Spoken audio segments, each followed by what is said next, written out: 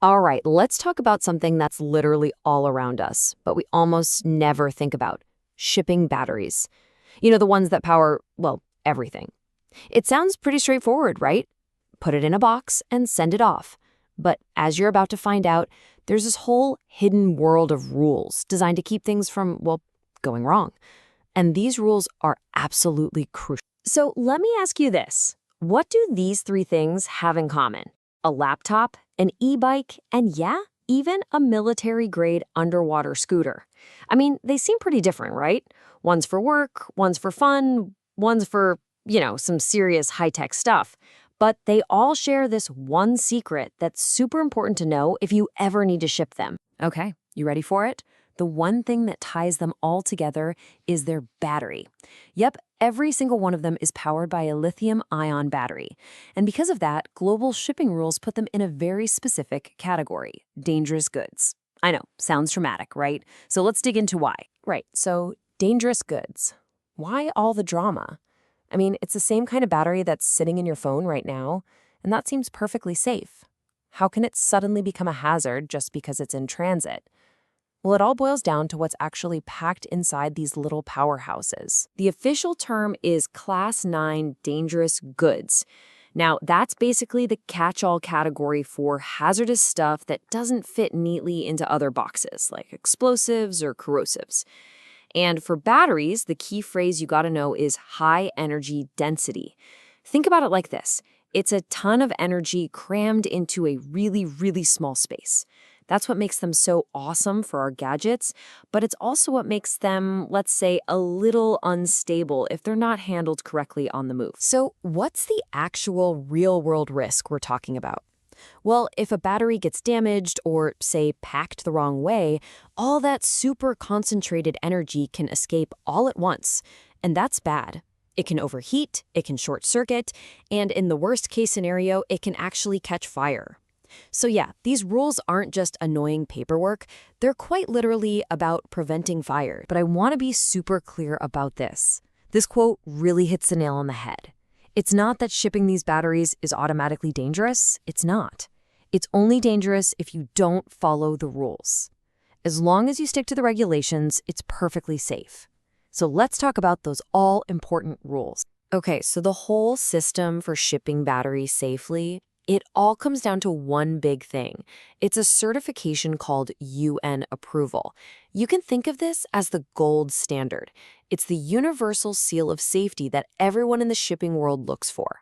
So the solution is pretty simple on the surface. You've got to use packaging that's been officially tested and certified. You need to see that UN approval mark on it. But here's the catch. You can't just buy any old sturdy box. This is specialized stuff. You have to get it from a producer who really, truly gets the science behind containing all that energy safely. And just when you thought you had it figured out, it gets a little more complicated. See, the rules aren't the same for every type of transport. If you're shipping by air, you're playing by IATA's rules. If it's going by road, you have to follow ADR regulations. And for sea transport, it's a whole other set of rules called IMDG. Each one has its own specific quirks. This is exactly why you can't just have a one-size-fits-all solution. It just won't fly. Literally. So let's break it down. What actually makes one of these approved packages so special? I mean, what are we really talking about here? Because it's way, way more than just a tough box. It's a complete, scientifically designed system. Just to give you a taste of how intense the testing is, let's look at one requirement: the drop test. Every single UN-approved package has to be able to survive a drop from at least 1.2 meters. That's about 4 feet, straight onto a hard surface. And it can't break open, and more importantly, the battery inside has to be perfectly fine.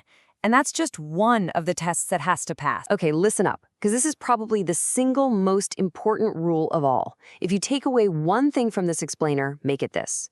The UN approval, it's not just for the box. It's for the box and the specific foam or insert inside it together. They are tested and certified as a single unit. So if you take a certified case, but then stuff your own foam in there, boom, the certification is gone. It's totally void. You can't mix and match. They're a team. All right, so we've covered the risks and we've covered the certified solution. Now let's get down to brass tacks. What do you actually need to do if you have to ship a battery? Let's walk through a simple checklist to get you ready. So, before you even pick up the phone or send an email to a packaging specialist, you need to have some information ready. You've got to do a little homework first. They're going to ask you some very specific questions to make sure they can give you a solution that's both safe and, legal. Here are the 6 magic questions you'll need the answers to. First up, what's the battery's energy rating in kilowatt hours? That tells the expert how much power we're dealing with. Second, what are its dimensions and weight? They need this to create that perfect fit interior. Third, how many are you shipping? Pretty straightforward. Fourth, the exact battery type and its technical specs. Fifth, how's it going to travel? Air, road, or sea? Because remember, the rules are different for each. And finally, number 6, is the battery by itself, or is it already inside a product? Every single one of these answers changes the packaging you'll need. Honestly, just having these answers ready makes everything so much smoother.